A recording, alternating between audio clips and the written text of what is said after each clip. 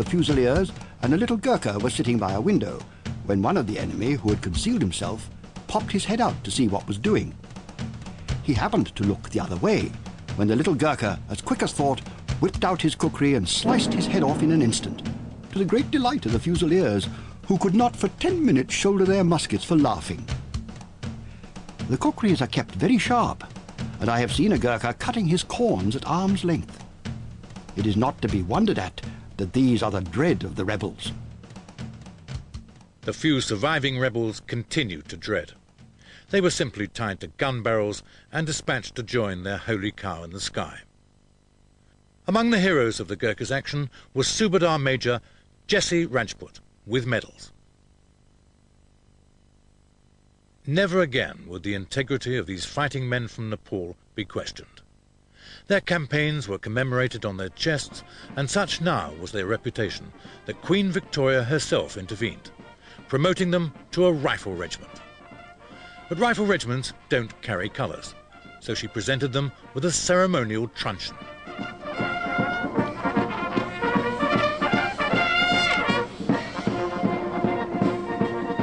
The truncheon has been more than a regimental colour to us.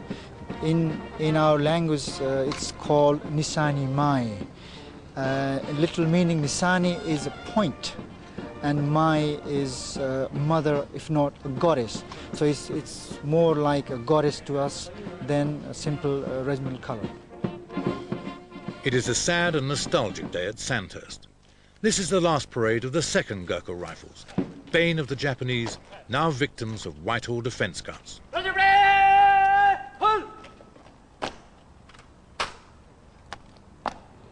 All rifles! Royal salute! Present! Ho!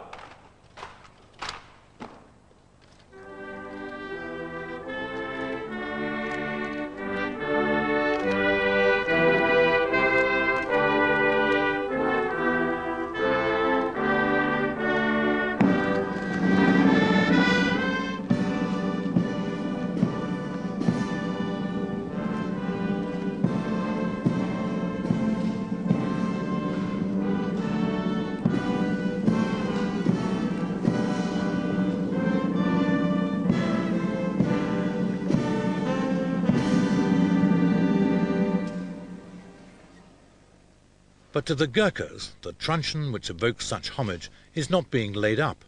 It is being placed in suspended animation, against a day, perhaps generations ahead, when there may come another rallying call.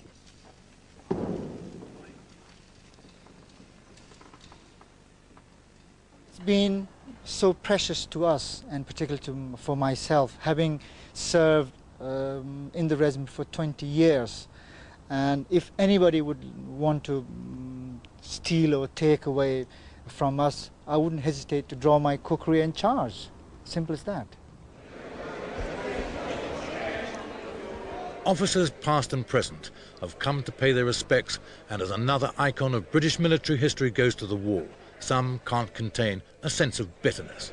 If we are to play our part in the United Nations, we should have troops available to answer that. The present rate of things, if the country were threatened, we'd probably have to send a policeman to Dover to stop the invasion coming in. Even though she's not present in the regiment, she will always be in my heart, and every morning, whenever I perform my religious prayers, I will think about Nishani Mai as well.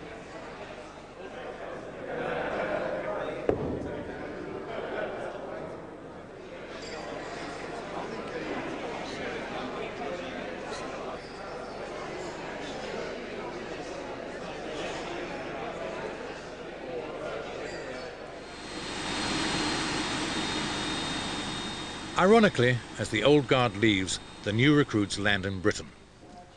They arrive in Gurkha fashion, smart and marching. None had flown before.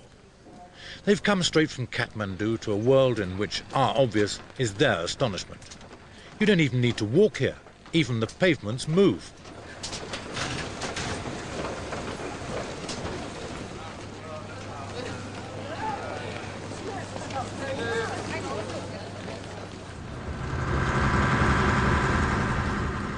From Gatwick Airport, they shut their eyes around the M25, always a sensible precaution, to their new home near Aldershot.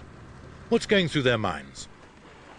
Well, I think it's probably a mixture, partly of delight that of the 57,000 applicants, they've been one of the only 153 that have been selected.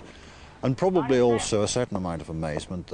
In Nepal, they often talk of England, or Balayat, as the place where the gods live. They're now discovering that God lives in a rather cold, very wet environment, and that may be slightly puzzling. Well, it's warm and dry in the Queen Elizabeth Barracks, Church Crookham, but there are some culture shocks. For most, it's their first night in a bed with springs and a mattress. Next day, there's the tricky introduction to the knife and fork. But as with their predecessors, the menu confronts no theological misgivings. Back home, they'd be eating rice and lentils, but the traditional English breakfast presents no problem. They're quick to learn. 2 years ago, these Gurkhas were also fumbling with knives and forks. Now they're in Bosnia, operating a sophisticated communication system for the United Nations.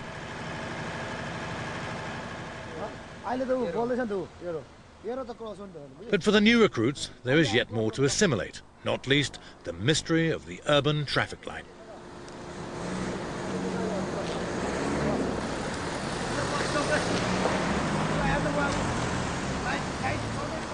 You never see a Gurkha, scruffy, badly turned out. Look at them. And this is a day off, they're mufti, and they're always immaculate. They're a credit to their unit and to the British Army, mind you. When they come here, they have an image of our society which probably hasn't existed for 50 years. They assume that all the British are Sobs, that there are no criminals in England, that everyone behaves in the way that they believe people ought to behave. That, of course, isn't the way that our society operates. Unfortunately, getting money out of a wall requires some coaching. One of their number once entrusted his PIN number to a total stranger, then asked for assistance.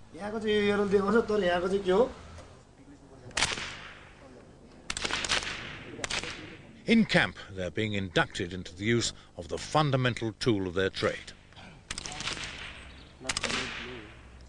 This is quite a big moment for them because this is the first time they will ever have fired a live round on the range. Today, and I haven't yet been to look at the targets, I would be surprised if there were many who had a group larger than an inch. Now that, at this stage, having never fired a round in their lives before, to get 5 rounds in a 1-inch group is actually very, very good. What's their secret? Good eyesight and doing exactly what they're told. They will absorb the instruction they're given, they'll follow it absolutely, they'll get their breathing right, they'll get their trigger operation right, they're patient, and they'll fire when they're ready to fire. They haven't seen Rambo films, they don't think they know it all, they're starting from scratch, and therefore they'll make very good shots. Well, that's what I was saying. So those are very, very good groups for the first time he's ever fired a shot in his life. Right. He's quite pleased with it, but he's sure he can improve. In fact, it is very, very good, I can tell you. It'd be quite difficult to improve on it. But I mean, that's 5 rounds straight between the eyes. Very happy. He says he's very happy to go and kill the enemy.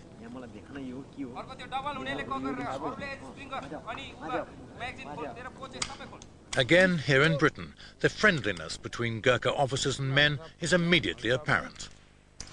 One has to remember that a Gurkha unit, in a sense, is a company of equals.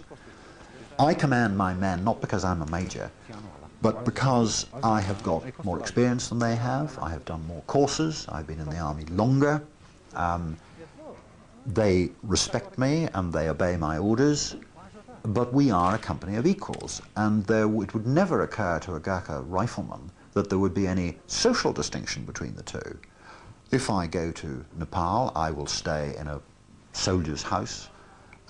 If a soldier brings his wife to England for a holiday, quite often she will come and stay in my quarter.